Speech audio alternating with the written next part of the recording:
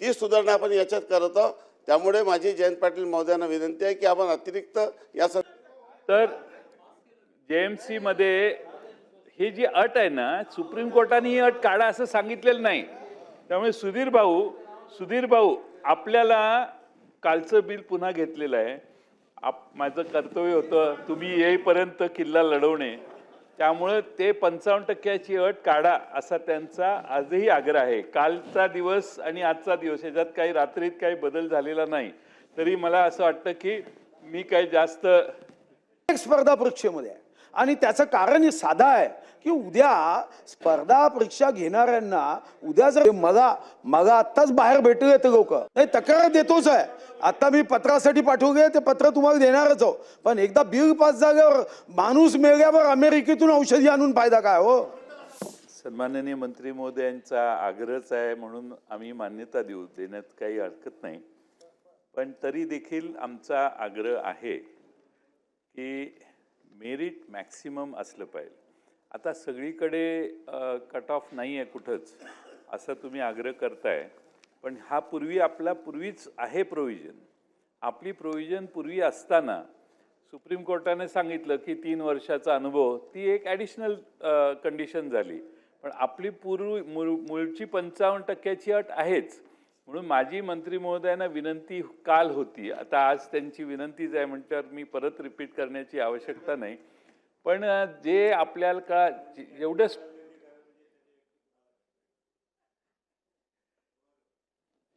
माझ्यानंतर ते बोलणार आहेत, त्यांचं कन्सेंट घेतल्याशिवाय आपल्याला पुढे जाता येणार नाही. त्यांचा कन्सेंट एवढ्यापुरती आमची युती झालेली आहे. पण माझी विनंती आहे की कसं आहे की जेवढं स्ट्रिंजंट होईल ना तेवढं चांगलं कॅलिबर आत येईल.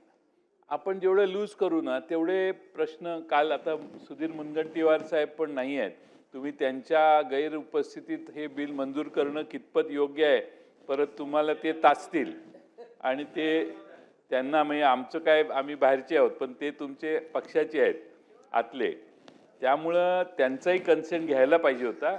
पण काही असलं तरी माझी विनंती आहे, आता शेवटी तुमची सरकार तुमचं आहे, मेजॉरिटी तुमची आहे, पण सरकारच्या बद्दल इम्प्रेशन रॉंग जाऊ शकतं की हे आपलं मेरिट कमी करायला लागलेत.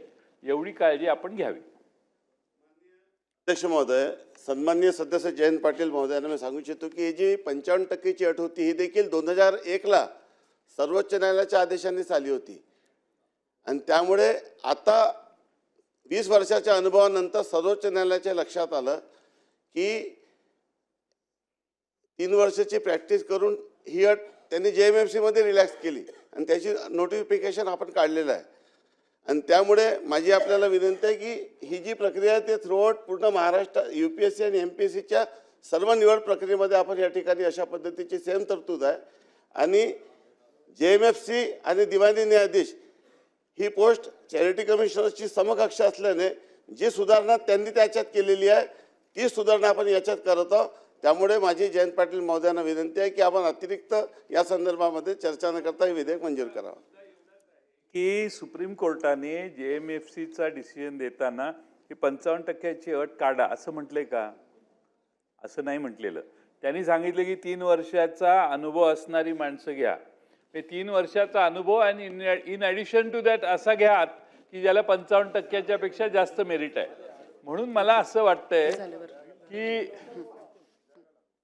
आले का,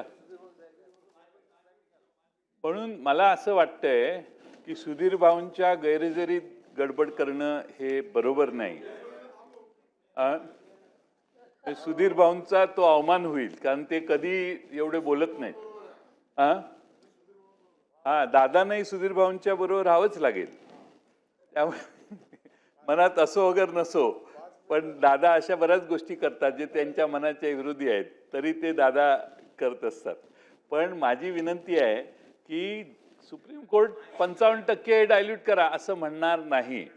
जर सुप्रीम कोर्ट, आता शब्द कुठला वापरायचा परत ते योग्य असेल तर, पण सुप्रीम कोर्ट असं म्हटलं नसेल, असं म्हटलं असेल की 3 वर्षाचा अनुभव असल्याशिवाय घेऊ नका, कारण अनुभव आला असेल की बऱ्याच मिस्टेक्स इमॅच्युअर लोकांच्यात होत आहेत आणि म्हणून 3 वर्षाचा प्रॅक्टिसचा अनुभव प्लस 55% अशा दोन्ही कंडिशन जर स्वीकारल्या तर सरकारची इमेज अशी होईल, सुप्रीम कोर्टात जातील लोक, सुप्रीम कोर्ट म्हणणार आली ये तो अच्छा है, इन्होंने किया है वो क्या गलत नहीं किया है, तुमचं कौतुक होण्याचा चान्स आहे सुप्रीम कोर्टात. सुप्रीम कोर्ट फार फार तर असं म्हणेल नाही नाही ती अट काढा, एवढंच होईल, तुमच्यावर काही येणार नाही, पण तुम्ही रिस्क घेतली तर सुप्रीम कोर्टात तुमचं कौतुक होईल. आता गवई साहेब नसले तरी जे दुसरे सूर्यकांत आले तेही कौतुक कदाचित करू शकतील. चान्सेस कमी आहेत पण शक्यता आहे. सन्माननीय अध्यक्ष महोदय, या संदर्भामध्ये आपण JMFC मध्ये देखील रिलॅक्सेशन दिलेलं आहे. म्हणजे JMFC आणि हे दोन्ही कोर्टाच्या निकालानंतर झालेल्या तशी अधिसूचना निघालेली आहे आणि त्यामुळे तिन्ही अपॉइंटमेंटमध्ये विसंगती करणं योग्य नाही आणि त्यामुळे अतिरिक्त चर्चा न करता कृपया विधेयक मंजूर करावं अशी माझी आपल्यास विनंती आहे. मत करा. अरे तुम्ही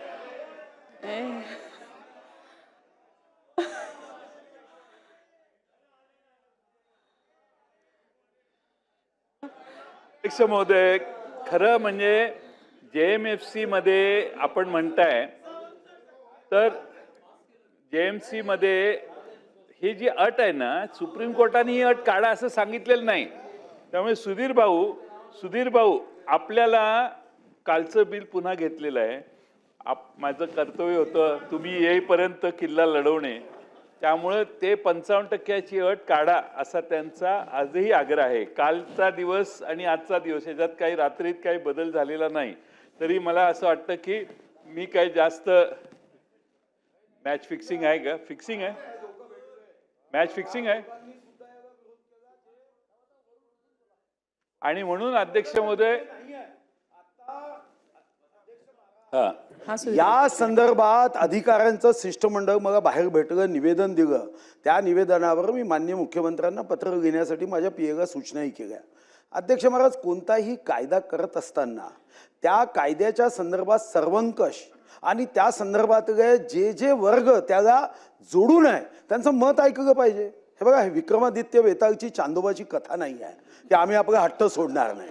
अध्यक्ष महाराज, आपण जर तुमच्याच विभागाचे जे चॅरिटी कमिशनर विभागाचे अधीक्षक आहेत ते आत्ता भेटलेत, ते मला म्हणाले की आमचे वरिष्ठ अधिकारी हे मुद्दाम अशा कायद्यात तरतुदी करतात की ज्या तरतुदीचा फायदा त्यांच्याच कुटुंबातील त्यांच्या नातेवाईकांना व्हावा.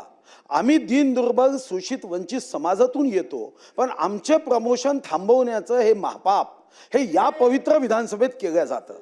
अध्यक्ष महाराज, हे खरं आहे की हे चुका आपण करू नये म्हणून मी पोटतिडकीने सांगतो.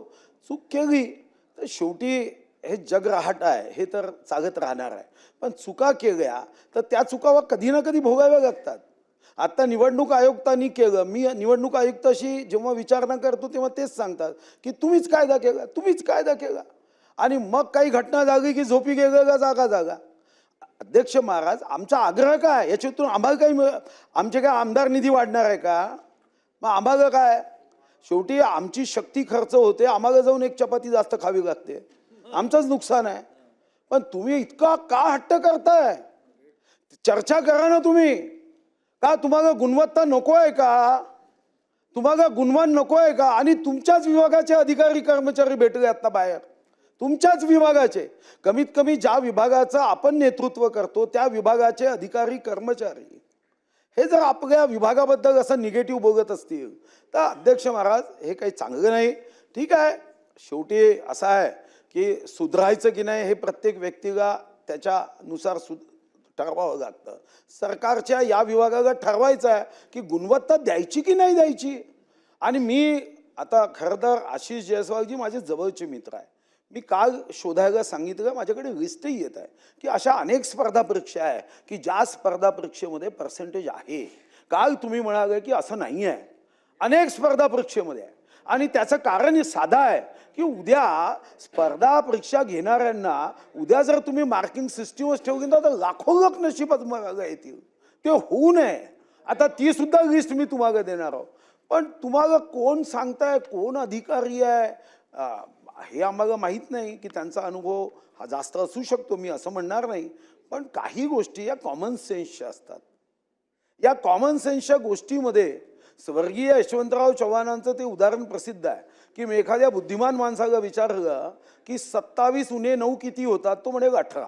पण मी एखाद्या शेतकऱ्याला विचारलं 27 उणे 9 किती, तो म्हणेल 0. कारण 9 पाण्याचे नक्षत्र जर नाही आले, बरसले नाही, तर त्याचं जीवन शून्य होते. हे याच सभागृहामध्ये दिलेलं भाषण आहे. आणि म्हणून माझं आपल्याला आग्रह आहे की तुम्ही समजून घ्या ना, असा दुराग्रह हट्ट का करताय? कोण सांगताय? आणि करायचं असेल नक्की करा, पण शेवटी चित्रगुप्ताच्या वहीमध्ये जे निगेटिव्ह मार्किंग होईल की नाही, त्याच्यानंतर मात्र गडबड होईल, एवढं सांगतो. अमीन पटेल साहब, अमीन पटेल साहब, कल से हम लोग ये बिल पे डिस्कशन कर रहे हैं, बहुत इंपॉर्टेंट बिल है. मैं सुधीर मुंगीटवार जी, विजय वडेट्टीवार जी, जयंत पाटिल जी और सभी लोगों ने इस बिल को बोला है कि इससे गुणवत्ता को धक्का पहुंचेगा. मेरा आपसे योगेश सागर जी बीजेपी के कल मैडम, ये बिल को मेरे आपके रिक्वेस्ट है कि जॉइंट सेलेक्ट कमेटी को भेजा जाए बिल को चर्चा के लिए, और इसके बाद में जॉइंट सेलेक्ट कमेटी जो रिकमेंड करेंगी वो बिल को बाद में पेश किया जाए. मंत्री महोदय, मेरी आपसे रिक्वेस्ट है कि आप बिल को जॉइंट सेलेक्ट कमेटी के बाद भेजिए उसको.